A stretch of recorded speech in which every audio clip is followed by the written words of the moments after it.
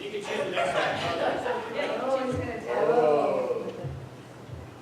You know, I wasn't even going to talk because over at Urban Plunge, I was talking to a friend of mine who's in the Bible study I do every Sunday, and ever since we started, we've just grown so much. And he found a verse in Ecclesiastes about there's a time to speak and a time to listen. And I wanted to listen this time because last year I came up here and I had this whole awesome story about what my Urban Plunge experience was like. But I got so much more to this plunge just by watching and observing the kids up here that didn't go to Urban Plunge last year, how they interacted with people and how they just jumped out of the boat and walked on water to Jesus. And it was the best thing ever. So I'm going to listen, all right?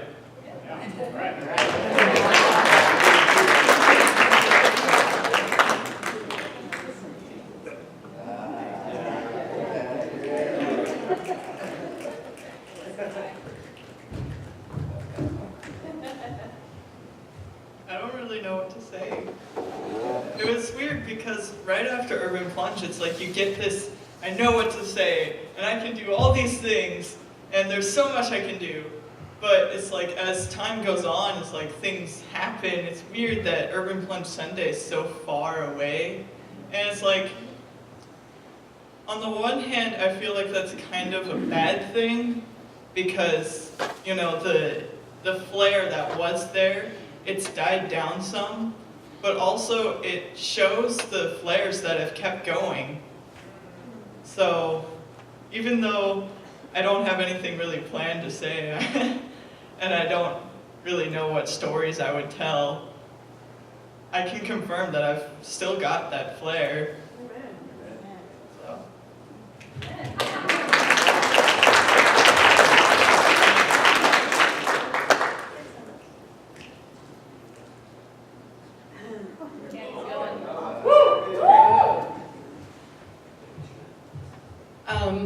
I don't really know which Urban Plunge it was for me, maybe 6, but every time seeing what God does in the kids is amazing. Every time what he does in us leaders, just getting out there and being face to face and realizing that, yeah, there are a lot of things in the world that are either wrong or confusing, but once you get out there and you get in front of it, willing and open and following a good leader, you can make a difference. It really moves people's hearts, and it's awesome to see it in the kids.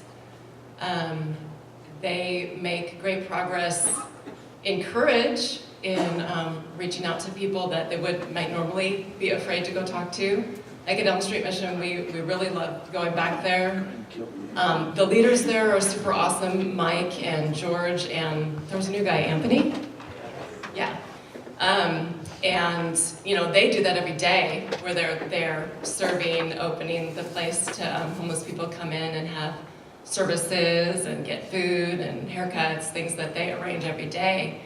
And you know, they just have that servant's heart. But any servant can get a little burned out, and it's a super boost of motivation and joy for them to have the kids come and participate. And now when we see them, it's like seeing long lost family.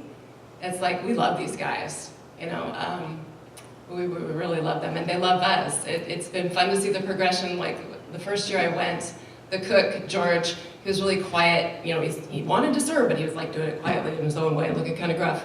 And this time you could just see that he's really gotten used to us, and he's all happy to see us, and yay, these kids love to just jump in, and they do. They're excited. When we have our service early in the morning, and a couple of the kids share, and we do worship with the people that come in off the streets. And then when the service is wrapping up, it's time for breakfast, and they ask for some of us to go serve, and like kids are like jumping up, yeah, I want to go get things ready. So that's really awesome. And it just, you can see the kids light up when they realize they can make a difference, that they are empowered, that God is with them, and that they're with each other, and that people are really invested in them, and that people really respond. Afterwards, after we served the breakfast, at which time we, we're encouraged to go sit with people, go sit with the homeless people, which are just people that each have a really unique story. It's fascinating. There are some that we see every time. I want to say his name is Jeffrey, and he's like a philosopher and a theologian, And he has an amazing backstory, and I know he shared it with a couple people.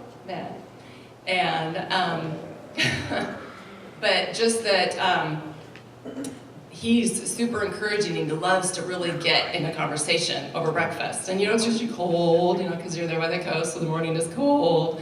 So we're huddling at our tables trying to talk and trying to meet new people and be brave, and it's really cool. And then afterwards, after we get everything all cleaned up, the last few times we've gotten the chance to make sandwiches and go and make little lunches and go bring them out. We go out and walk around. And that's really cool because you just meet people kind of where they are in the parks or on the side of the streets. And there was a cluster of guys who were waiting outside the Elm Street, and we kind of got to talk to them. And it's just really neat seeing how responsive people are. And obviously that was only one thing that we did, but another thing that really touched me is as the kids were there, we have these times every night where we get together and have a lesson, and then we get into discussion, and these kids really get into deep discussion. You guys would be impressed, as they're pulling apart the Bible, and how does this work in this situation, and what do you do, and well, I think this, but it gets really animated, and then it gets deeper into the heart. And I'm not going to cry, but there was some really good heart work, where people were able to talk about their struggles with each other. In the Christian church, we're all human. Pastor said very many times that when we come together, it gets messy. A lot of times we want to pull away from that because we are all flawed. And it's just really powerful when you see young people come and face that and talk out their differences and forgive each other and admit times of anger or times when they've been stubborn or selfish about it and move beyond that. And it was inspiring to me, and I hope that God will bring those things to you guys.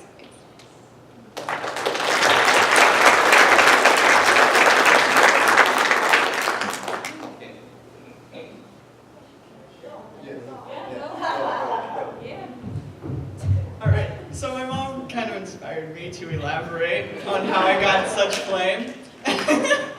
And when I came to Urban Plunge, I was really, really bitter and cold due to a fight that I had had a little while before. But it's the first day, God just hit me like a truck, and I'm just so that went away pretty fast.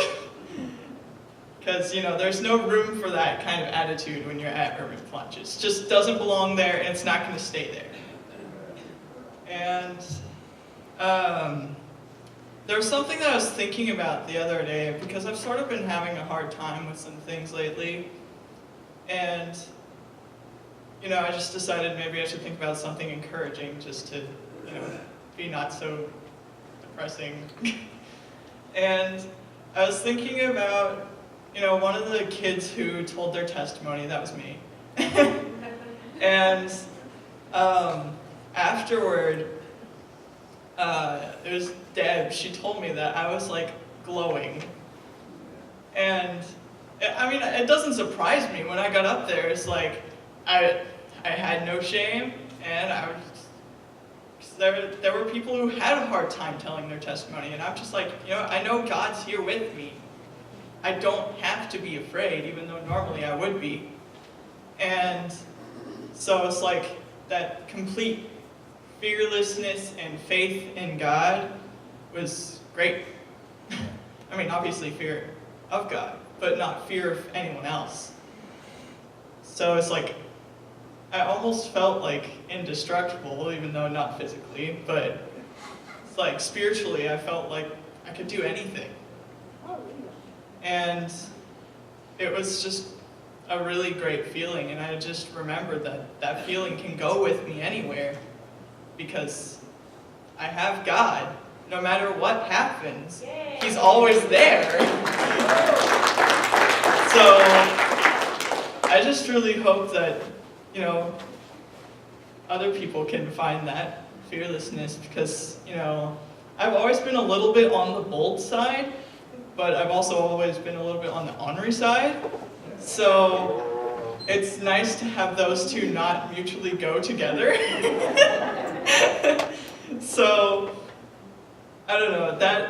that feeling. I always sense that a lot of really devout Christians have like this aura. And, you know, I never really felt like I had that aura, but it's something that I always wanted. And I think at that moment, when I was telling my testimony, I got that aura and I haven't let it go.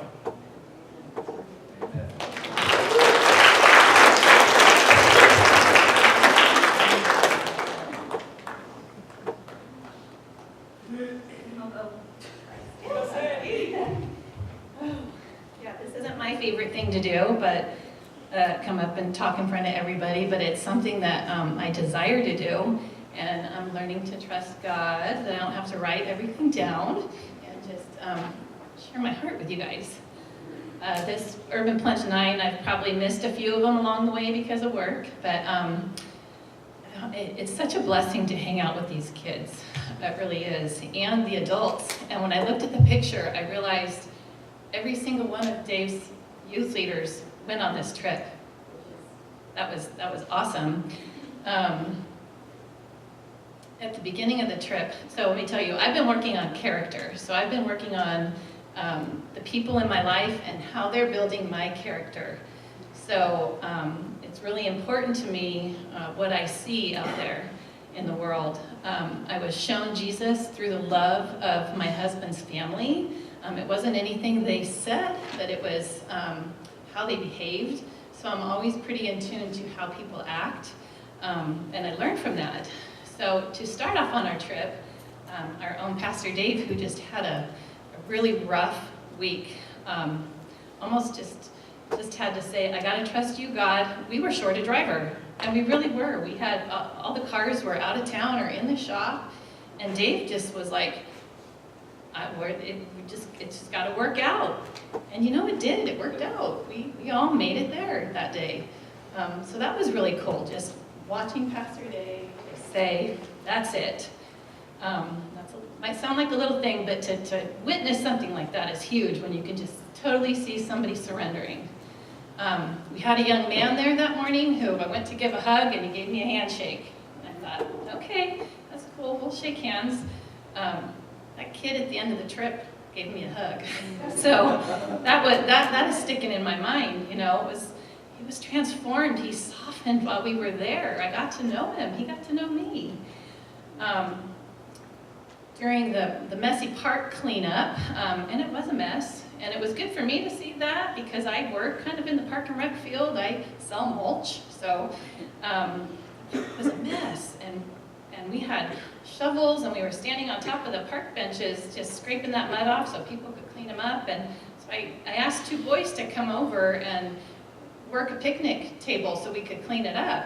And so they came over and they were working at it, and then, you know, I went about my business doing whatever.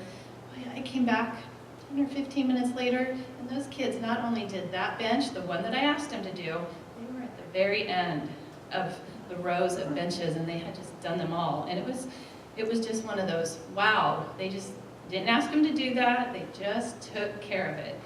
So that was really cool. Watching the kids share their testimony, I think you heard from Auburn, that kind of stuff is just incredible when kids can just stand up and be truthful and share their hurts and trust God in doing that, and trust us with their lives. I mean, they shared a lot with us, and I think every one of us that heard it just made us love them even more.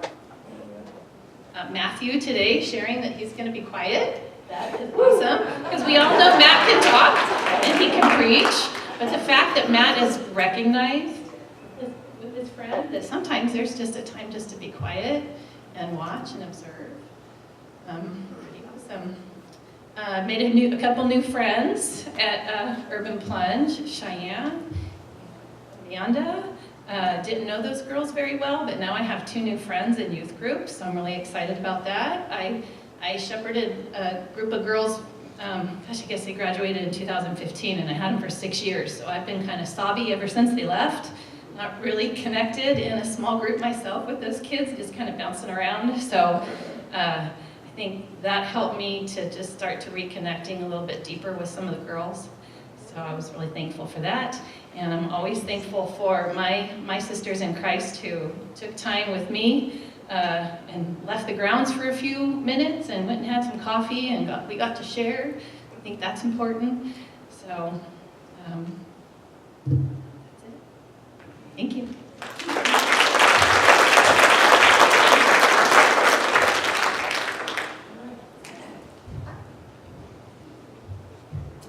So this was my first urban plunge to actually attend. I did get to go to Nicaragua a couple years ago, and many years ago I went to Mexico. So my mission trips have been limited, but for many years I sat out where you guys are and I listened to what these youth were talking about and the leaders and how God was moving in their lives. And I had come back to church after being gone for a while, and I wanted a piece of that. And I finally got the courage last year to join as an RPM leader.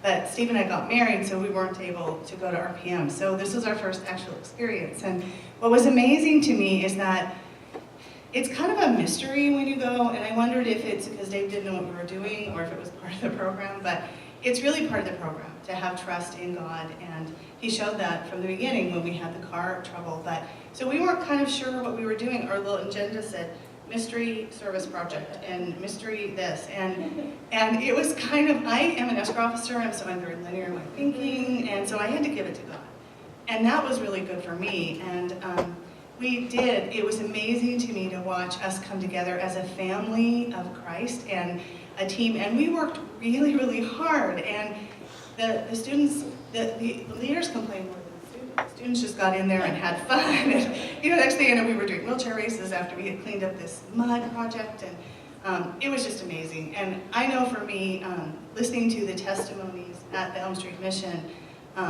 after we were done, I was helped serving breakfast. I went to sit with one of the leaders, and Jolie invited me. She said that person came and no one's sitting with him. And so I went over and sat with him one-on-one, and I was so blessed because what he shared touched my heart in that the topic of the testimony and the preaching, he struggled with. And he didn't know that God would redeem him from that sin. And so I just felt like God moved my co-leader to say, go, that person's alone. And then I got to hear how God moved in him from hearing from our students. And for me, I had a very personal experience with the young woman in my room because I swore really loud. And I warned them about that, and they didn't complain. They must have had earplugs or God, I don't know, but I didn't hear it till later. I thought maybe I didn't snore, and they're like, no, you snored. We just didn't want to make you feel bad. But that's what I mean. We came together as a family, and we just worked really hard, and we did get to go to the beach. That was one thing I heard. Where are we going to the beach? We did get to go to the beach one night and have a fire, and that was even a God experience because there were homeless people that were taking all the riffraff from the beach from all the storms and building shelters, and the rangers had to come and ask them to leave and not build fires outside the fire rings. And that was a night of testimony and sharing and loving on each other. And I think that's what was so cool is that the more we served God, the more we got to love and care about each other. I was honored to be part of it. Thank you.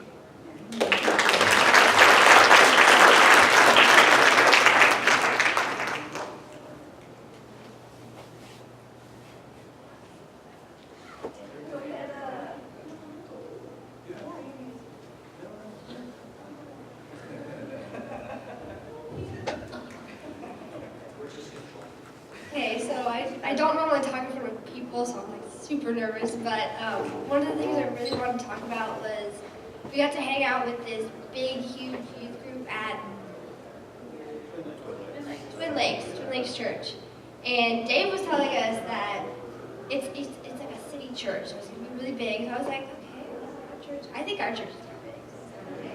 So we get there, and I'm like, this church is huge. It's like, I don't know, 4 of these buildings, basically. It was huge. But the youth there was awesome. We got to like really talk, and we did so many fun games with all of them. But it was like a huge youth group. It was crazy. Like all grade levels were there, and it was amazing. But one of the things that I really liked about being there was at the end of the night when we got in a big, huge circle, and then we started like, we said who wants prayer requests. So I was like, okay, then I'm just gonna do prayer requests. Just say everybody's prayer, then someone's gonna pray, kind of like a normal thing. Well, all of a sudden, one of us asked asked for prayer requests, and then the youth pastor there was like, okay, who wants to pray for this person? And someone would raise their hand and say, I'll pray for them. And then you'd go around the circle and you'd ask, or you would say the prayer request that you have, and then someone would say, okay, I'll pray for them. And that was just amazing that they just took on each other's prayer requests. Even if you don't really know the person super good, you just say, oh yeah, I'll pray for them. So that was just really cool.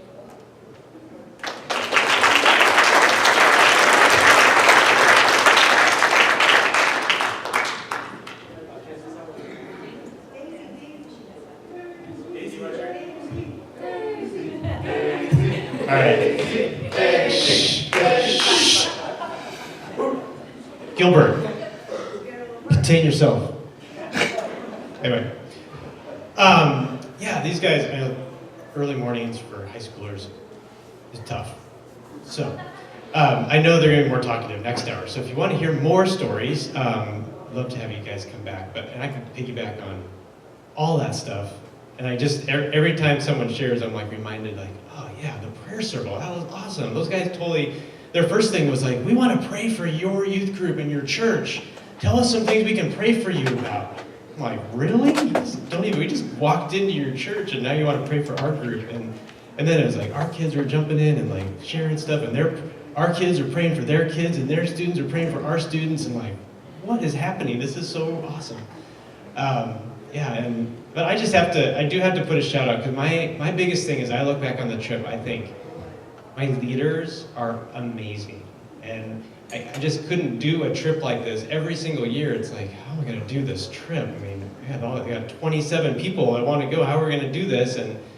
But my leaders they're all 110% behind doing these trips, and I couldn't not even do a trip, because these guys all want to do it anyway. So I just want to give a shout out to my leaders. And this year is true. All my RPM leaders were like, we're going to go.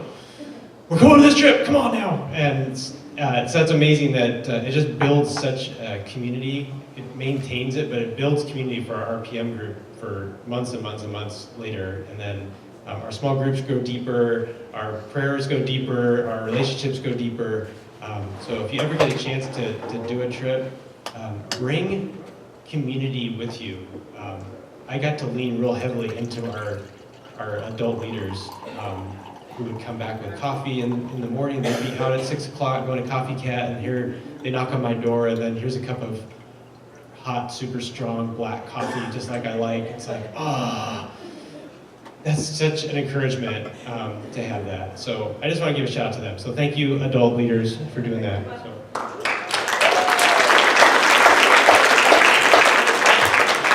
So Dwayne, do you want to lead us in a closing song? And please, if you want to stick around for another hour, go grab some donuts or whatever, get sugared up and caffeined up, and come hang out with us again for another hour, and they'd love to share some more.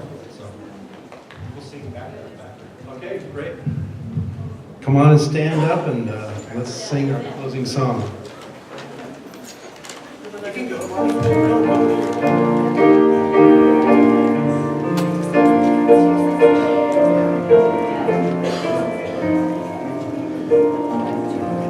We are